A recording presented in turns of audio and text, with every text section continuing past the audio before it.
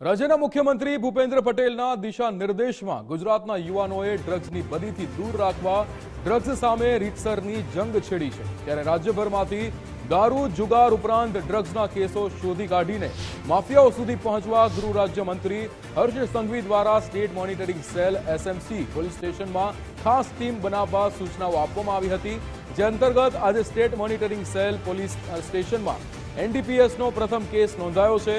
SMC police સ્ટેશનની ખાસ ટીમે ડ્રગ્સ સાથે એક નાઇજીરિયન યુવતીને નવસારીથી પકડી તેની સામે કાર્યવાહી શરૂ કરી છે। ગુજરાત રાજ્યમાં કાયદો અને વ્યવસ્થાની સ્થિતિને વધુ મજબૂત બનાવવા અને ઓર્ગેનાઇઝડ ક્રાઇમ સામે લડત વધુ અસરકારક બનાવવા માટે ગુજરાત ગૃહ વિભાગે તાજેતરમાં સ્ટેટ મોનિટરિંગ સેલને અલાયદા પોલીસ સ્ટેશનનો દરજ્જો આપી તેને વિશેષ સત્તાઓ આપવા ઐતિહાસિક નિર્ણય લીધો હતો।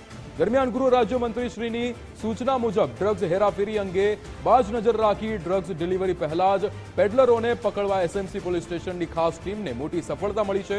એસએમસી પોલીસ સ્ટેશનની આ ખાસ ટીમ દ્વારા આજે પહેલો એનડીપીએસ કેસ પકડવામાં આવ્યો છે, જે રાજ્યમાં ડ્રગ્સની સામેની લડતમાં માઇલસ્ટોન સાબિત થશે। એસએમસીની ખાસ ડ્રગ્સ ટીમે નવસારી ખાતેથી ડ્રગ્સ સાથે એક નાઇજીરિયન યુવતીને ઝડપી પાડી કાયદેસરની કાર્યવાહી હાથ ધરી, જેમાં એસએમસીના ડીઆઈજી નિર્લિપ્ત રાયની આગેવાનીમાં આ કામગીરી ગુજરાતમાં ડ્રગ્સ માફિયાને નાબૂદ કરવા માટે એસએમસી પોલીસ સ્ટેશનની ટૂંક સમયમાં વધતી જતી સક્રિય ભૂમિકા દર્શાવે છે।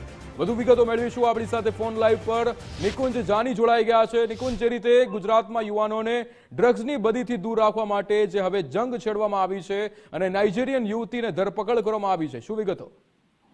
એસએમસી ને પોલીસ સ્ટેશનનો દરજ્જો અપાયા બાદ આ પહેલો કેસ જે છે તે નોંધવામાં આવ્યો છે।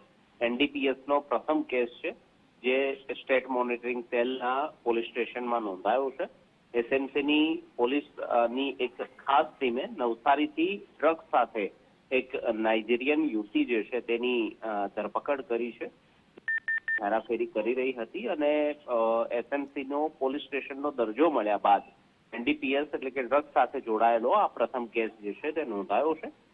કેસ નોંધીને વધુ તપાસ પણ હાથ ધરી છે કે તે ડ્રગ્સ ક્યાં સપ્લાય કરી રહી હતી, ક્યાંથી આ ડ્રગ્સ મેળવવામાં આવ્યું હતું અને ગુનો નોંધીને વધુ તપાસ પણ એસએમસી દ્વારા હાથ ધરવામાં આવી છે। બિલકુલ નિકુંજ, સમગ્ર માહિતી સાથે જોડાવા બદલ આપનો આભાર।